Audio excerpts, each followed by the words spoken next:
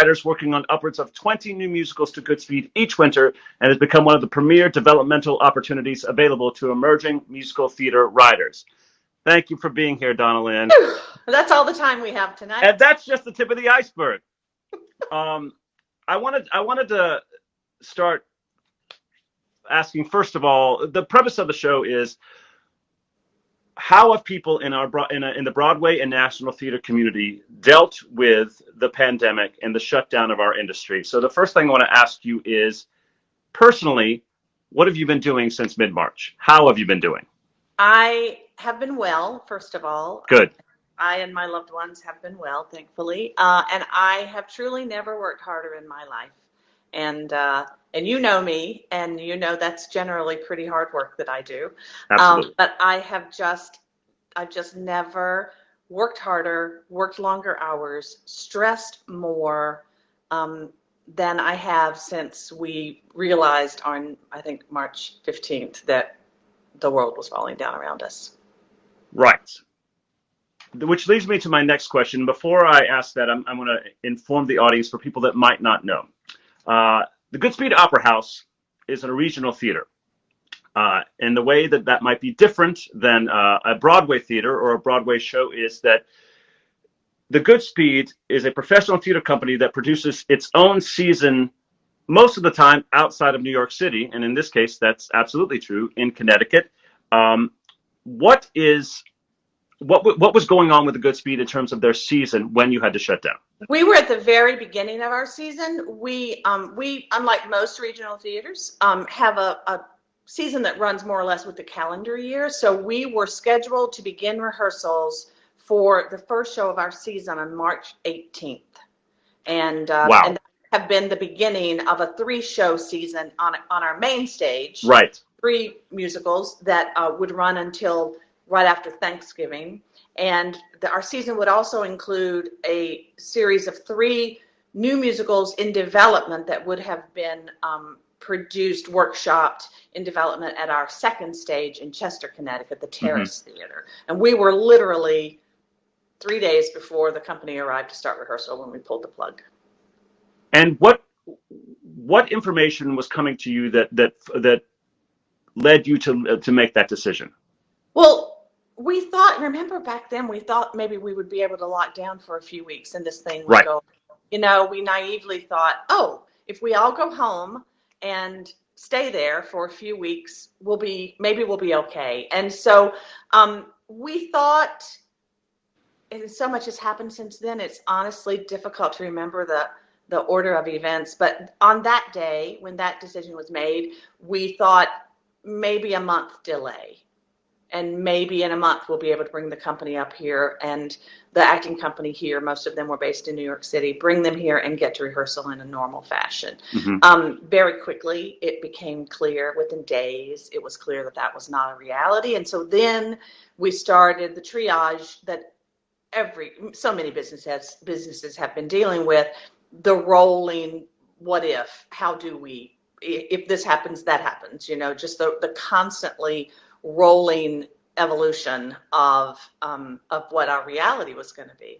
Right. And I guess by mid-April, it was pretty clear that we were not going to be able to hold on to the season.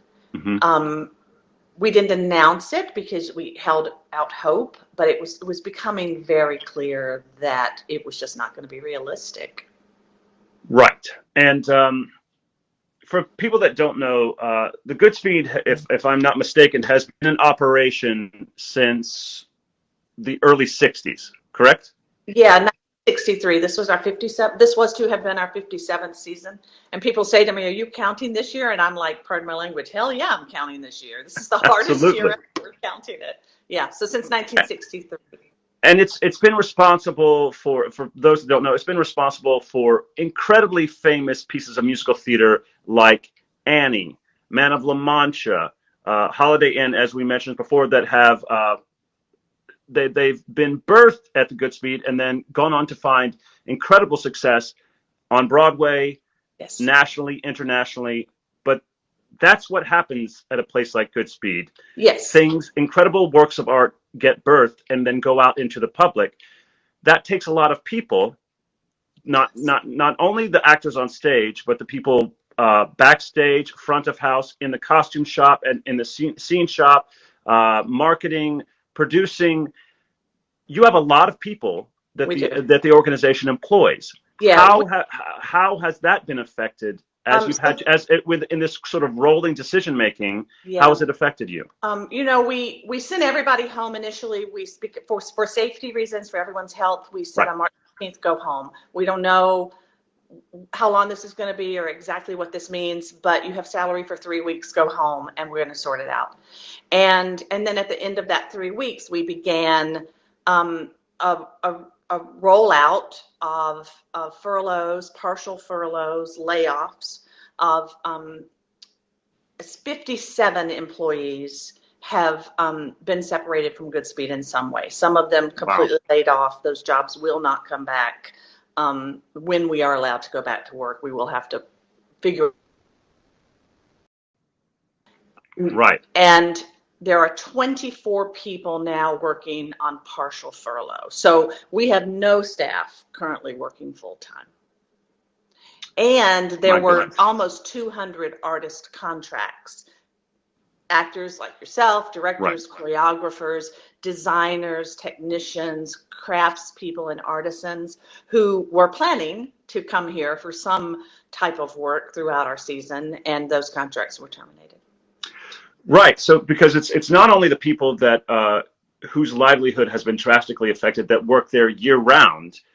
You would job in directors, choreographers, designers, music directors, actors, and oftentimes, like I know from my experience, I've worked at Goodspeed several times. That is a wonderfully long contract, which is a rarity in an actor's career. We're talking 3.5 to 4 months sometimes, and to have that pulled away. Not to mention, and that in no way shortchanges the people that work there year round and season long. It's a shocking thing, especially 3 days prior to the start of your first. It's devastating for those people, and it's devastating for us to have to do that. We have done as much as we could, but even we're facing a loss of close to $7 million doing nothing. Just keeping the core staff. Yeah. Answering the phones and working enough so that when we do get the go ahead, we can get back to work. So it's been devastating. And I know the stories that we're hearing at this point as the CARES Act funding is running out, as people's unemployment is that people are struggling to secure their unemployment still. Yeah. I'm hearing real horror stories from people in our industry who literally can't make ends meet and are losing their homes and are falling back into situations of mental illness or substance abuse when they have nowhere else to turn. It's truly heartbreaking. It absolutely is. And that doesn't even take into account the fact that you have a huge subscription base that looks forward to the kind of content and artistry that you produce season in and out. And they're not able to gather and experience that. No. And I'm sure that there's something that is devastating in its own right for them emotionally to not have that experience. It is. We try to remind ourselves that as long as we're healthy, yes. It's a strong institution. There is no doubt that we will survive this pandemic. There's equally no doubt that we will not look the same when we get the go-ahead to go back to work, hopefully sometime next year. That there are people who will have made the decision to move on to other careers. There will be jobs that are not going to exist anymore. And that there will be audience who are not ready to return to us, who don't feel safe returning to us. Right. So much of what we've been doing has been trying to remain engaged with that audience. I don't know if that's where you were headed. Yes, it actually is. Because there's certainly, empirically, there's a revenue stream that has been lost because there are no tickets to be sold. There are no events taking place. That being said, you have been very, very, very busy what kind of content have you been creating with your staff to keep your audience engaged? I'm really proud of the team here, who we were able to pivot really quickly. And Oh, good. April, when we realized that we were not going to be inviting the audience back into the theater until at least fall, most likely, we created 3 pieces of online engagement really quickly. The first, and the one that's probably most accessible to people who might be listening to our conversation right now, is a podcast called In the Spotlight that has been produced by our artistic associates Annika Chapin and Michael Flang. And they've actually filled a gap in the podcast world, if you can believe that. They take a deep dive. We release an episode every 2 weeks, and they take a deep dive into the study of a classic piece of musical theater. They are both incredibly knowledgeable about musical theater, the history of musical theater, the content of musical theater. And Annika is a brilliant dramaturg and can analyze and dissect a lyric just in a fashion that you want to eat. She's just amazing in that way. And so they have really gone to work and turned this podcast into something that is really hitting. The analytics on it are great. And we're actually trying to figure out how we hold on to it. Next year when things get back to normal, I'm knocking wood, when things get back to normal, we really want to be able to hold on to it because it's proven to be a real feather in our caps. And then the 2 other pieces that we've created are a series called Great Speed, a little play on good speed there, that takes a look back at some of our biggest hits. And that has been really useful to engage our core audience, who in many cases are slightly older people who really have been homebound during all of this, who really are not going out into the world. And they've really been tuning in to, we talk about a show that has been a big hit at good speed and look back at clips, B-roll clips of the show, and we just a half hour, but to revisit the incredible work that we create on our stages. And that has been not only a wonderful way to re-engage with our audience, but I think it's been important to our staff because you touched on it earlier, this has been emotionally devastating. And for us, when in the darkest moments, when you think, are we ever going to get back to normal? And then you look at that incredible footage of the work that we do, and you go, yes, this is too important. We're too good at it. This is too important. We are going to get through this, and we're going to come back stronger than ever. And then the third piece is a piece called In the Home Office. As you alluded to, Goodspeed has developed an awful lot of new work that has been added to the canon. And so that program focuses on writers, emerging writers, established writers with new work. We share with our audience new work in development. That's fantastic. It is key to keeping the audience engaged in some way, because we can't gather, to feel that they still have some kind of connection to the theater that they've known for so long. Which leads me to another question, and this is sort of like more of a macro idea. I have spent most of my career working in the regional theater, as have you. Yes. In your opinion, how is professional regional theater essential to the growth of the American theater as a whole, particularly when we talk about recovering from the shutdown and the pandemic? Yeah, it's critical. I mean, first of all, from a macro view, the American economy is not going to recover until the arts are included in the recovery. I cannot say that strong enough. The arts contribute almost $1 trillion. I think it's 900 billion, which to me is $1 trillion to the gross domestic product of the United States. So until the arts are acknowledged and included in the recovery, our economy is not going to recover. Period. End of sentence. Yes. In terms of what we contribute, we it hit the media this week that the flagship producing theaters here in Connecticut, we are blessed with, I believe, six producing theaters here in the state of Connecticut. 5 of them hold Tony Awards for outstanding contributions, and 2 of them hold 2 Tony Awards, which I think maybe could be for outstanding contribution, for outstanding regional theater.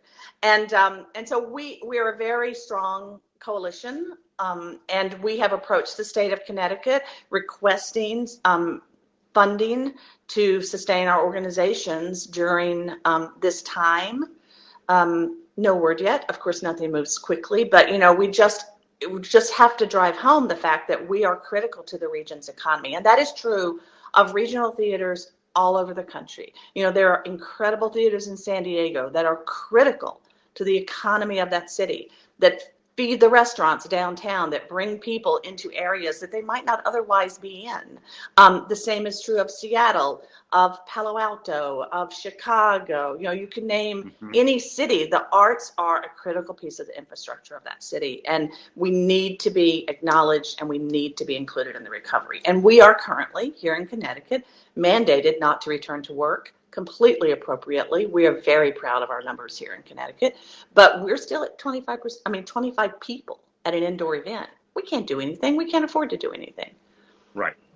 So you're still in phase two. It just needs to be acknowledged that, we're here, we're waiting, we're ready to go to work. Nobody wants to be safer than we want to be.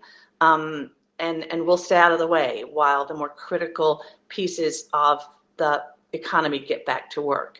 Here in Connecticut, I think it's 18-19% of the economy is still not back to work yet, but we're a big piece of that, and we're just making sure that the government realizes that. Absolutely, and in terms of facts and figures and numbers, not only does it contribute upwards of $900 billion, but it employs 5.1 million people all over the country are employed in the performing arts industry, and these people, not only do they not want to, they don't have another choice to make, another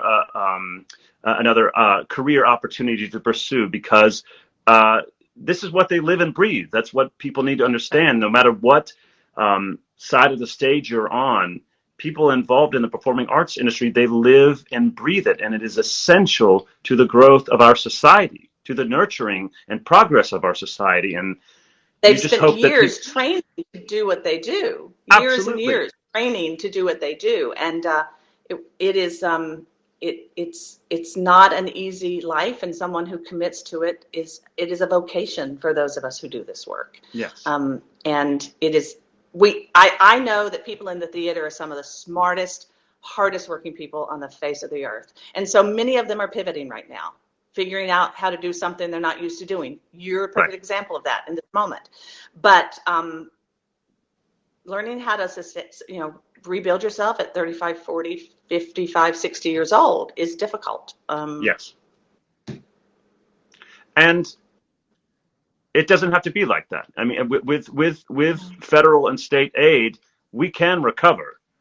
It's just absolutely opening people's eyes to the fact that we are essential. We're essential to the fabric of society. Yes. Which leads me to possibly my last question. I'm such a fan of the Goodspeed Opera House. I love it with all my heart, and I'm such a proponent of regional theater as a whole.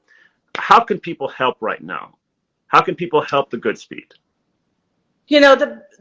The biggest thing that people can do right now for the theater in your region, the theater that you love, or the theater that you're just aware of, is that we're all in the process of putting our membership renewals out there, our subscription renewals out there. If people have the capacity to invest in a regional theater right now, to go online, go to goodspeed.org, go to the La Jolla Playhouse, go to Seattle Rep, pick the theater that you love in your region, and buy in to what they're planning for 2021. Many theaters are saying, we don't know what 2021 is going to look like, so we're offering you a variety of options. You may be able to stream content from home. We may do a show that you can choose to come to live, or we'll capture it and stream it into your home for you. But please invest in us now so that we can stay strong and we can come back.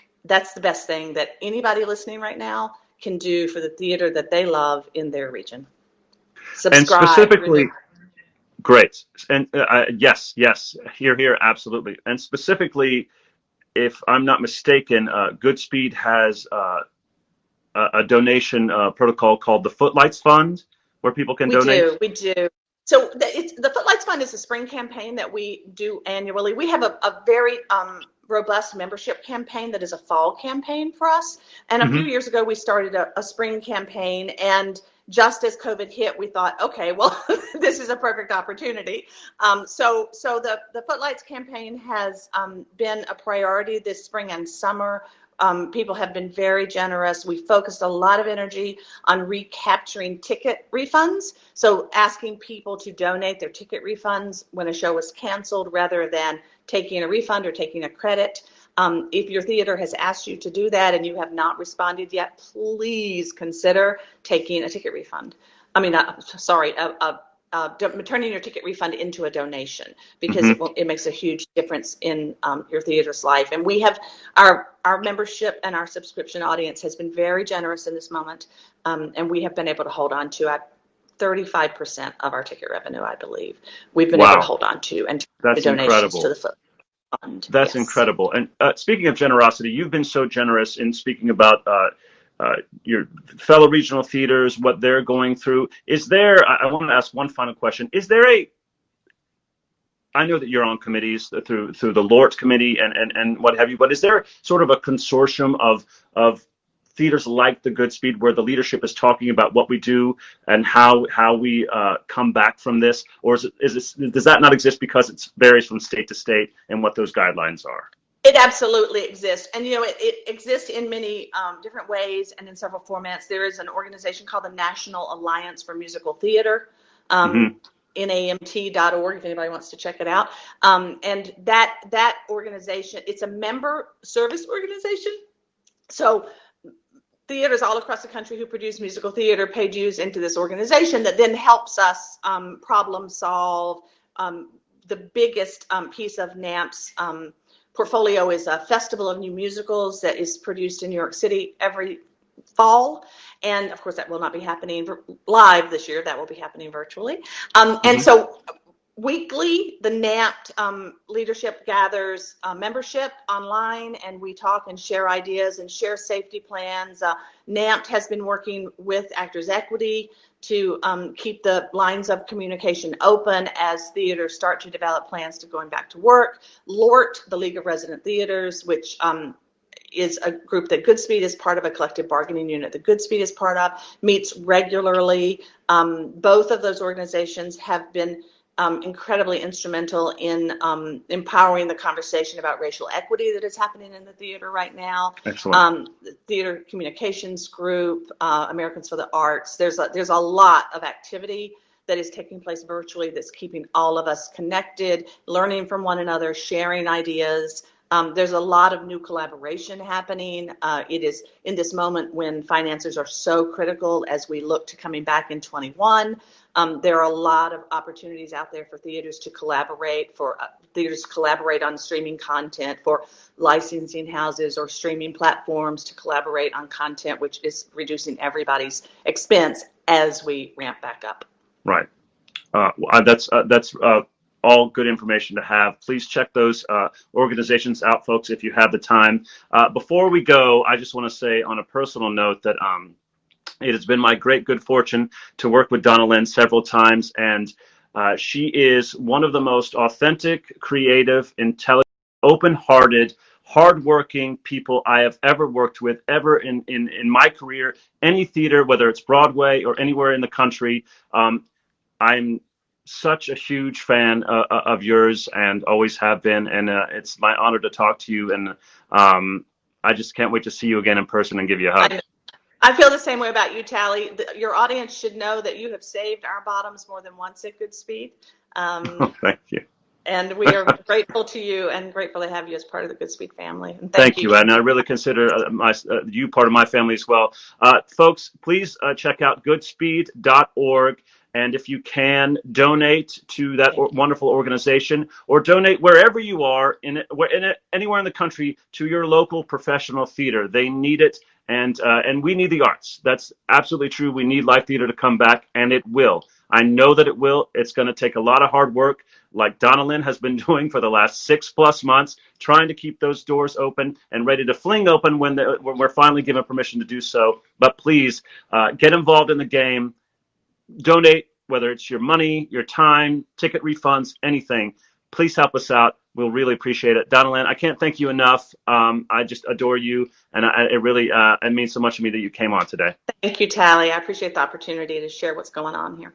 It's my great pleasure. Stay safe and well. I will talk to you very soon. I'll see you. Thank you, guys. Thanks for tuning in. Bye-bye.